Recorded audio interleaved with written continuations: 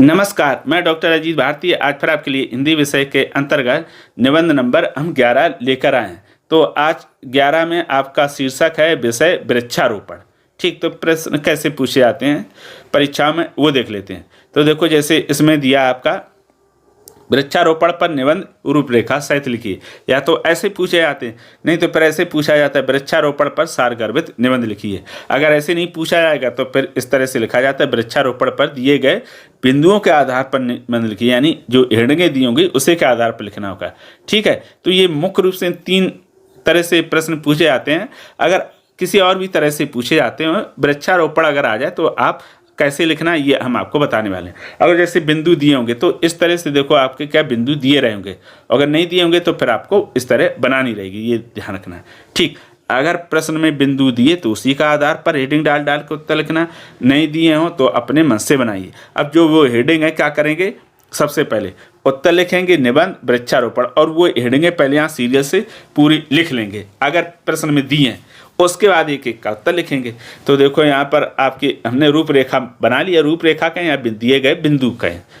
ठीक, तो पहला है प्रस्तावना या भूमिका लिखा हो सकता है, पर्यावरण पर वृक्षों का प्रभाव, वृक्षारोपण के लाभ, वृक्षारोपण के माध्यम से पर्यावरण संरक्षण, 5वां वृक्षारोपण में हमारी भूमिका और उपसंहार।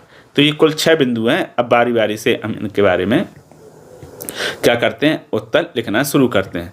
तो सबसे पहला है प्रस्तावना। तो दिया है कि वृक्षारोपण का अर्थ है वृक्ष लगाना और उनका पालन पोषण करना।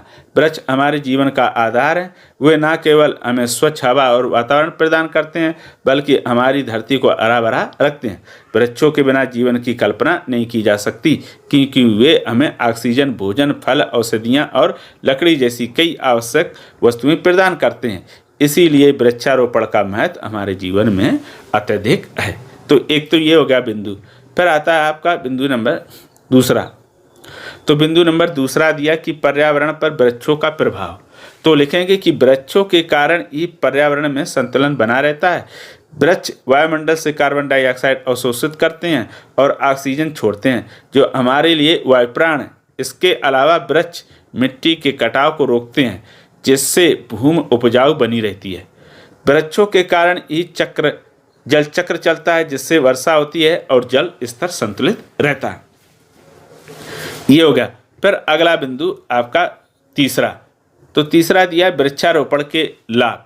तो इसमें लिखेंगे कि वृक्षारोपण से जल वायु संतुलन बना रहता है और वनों के संरक्षण में सहायक है। वृक्ष वर्षा का कारण बनते हैं और सूखा, बाढ़ और तूफान जैसी प्राकृतिक आपदाओं को नियंत्रित करने में सहायक होते हैं। साथ ही यह जैव विविधता का संरक्षण करता है। फिर इसी में हम लिखेंगे आगे, जिससे वन्य जीवों को सुरक्षित आवास मिलता है।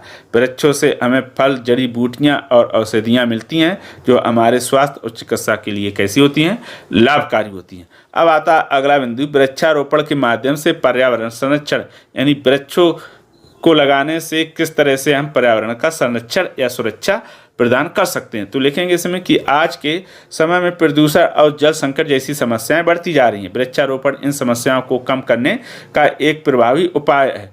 वृक्ष ध्वनि, जल, वायु और मृदा प्रदूषण कम करते हैं। साथ ही अधिक वृक्ष होने से जल स्तर में वृद्धि होती है और प्राकृतिक आपदाओं का खतरा कम रहता है। ठीक, तो ये हो गया आपका चौथा। फिर आता है पांचवें में लिखेंगे वृक्षारोपण से हमारी भूमिका, यानी वृक्षारोपण में हमारी क्या भूमिका हो सकती है उसके बारे में लिखेंगे। तो लिखेंगे वृक्षारोपण को सफल बनाने में समाज के प्रत्येक व्यक्ति की भूमिका अहम होती है। हमें वृक्षारोपण अभियानों में भाग लेना चाहिए। अपने घर और आसपास के क्षेत्रों में अधिक से अधिक वृक्ष लगाने चाहिए। साथ में उनकी देखभाल का संकल्प लेना चाहिए। इसके साथ ही समाज में जागरूकता फैलानी चाहिए ताकि अधिक से अधिक लोग इस कार्य में भाग ले सकें। तो हम वृक्षारोपण में अपनी भूमिका इस तरह से निभा सकते हैं। फिर आपका अगला बिंदु है 6वां, उपसंहार।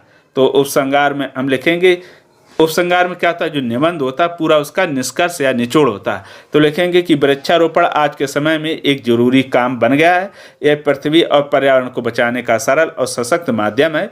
इसलिए हमें संकल्प लेना चाहिए कि हम अधिक से अधिक वृक्ष लगाएंगे और उनकी देखभाल करेंगे ताकि भविष्य में एक स्वस्थ और हरा भरा वातावरण बना रहे।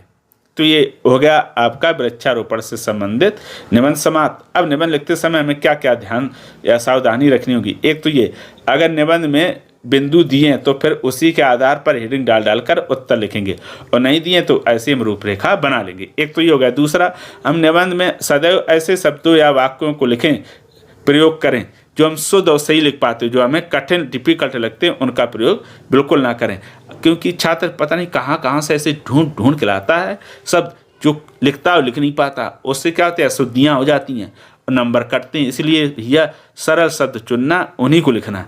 और तीसरी अंतिम बात, जब भी आपका कोई शब्द या वाक्य गलत हो तो हम ऐसे सिर्फ एक लाइन से काट देते, ऐसे नहीं तो छात्र क्या करता, ऐसे इस तरह से ओवर राइटिंग करता, ऐसे।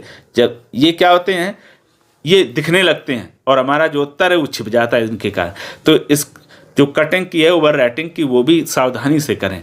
अगर आप साफ सुथरा, स्वच्छ और शुद्ध निबंध लिखेंगे तो आपको निश्चित तौर में पूरे अंक मिलेंगे। मैंने इसके डिस्क्रिप्शन बॉक्स में और जो निबंध हैं उनकी लिंक डाल कर रखी है, आप वहाँ जाइए, क्लिक करिए और सरल भाषा में अलग अलग विषयों पर निबंध आप सीखिए। अगर किसी प्रकार का कोई डाउट रहे तो कमेंट करके हमें अवश्य बताइएगा। तो फिर आज के लिए इतना ही। अब हम फिर मिलेंगे किसी नए विषय के साथ। तब तक आप स्वस्थ और सुखी रहें। धन्यवाद।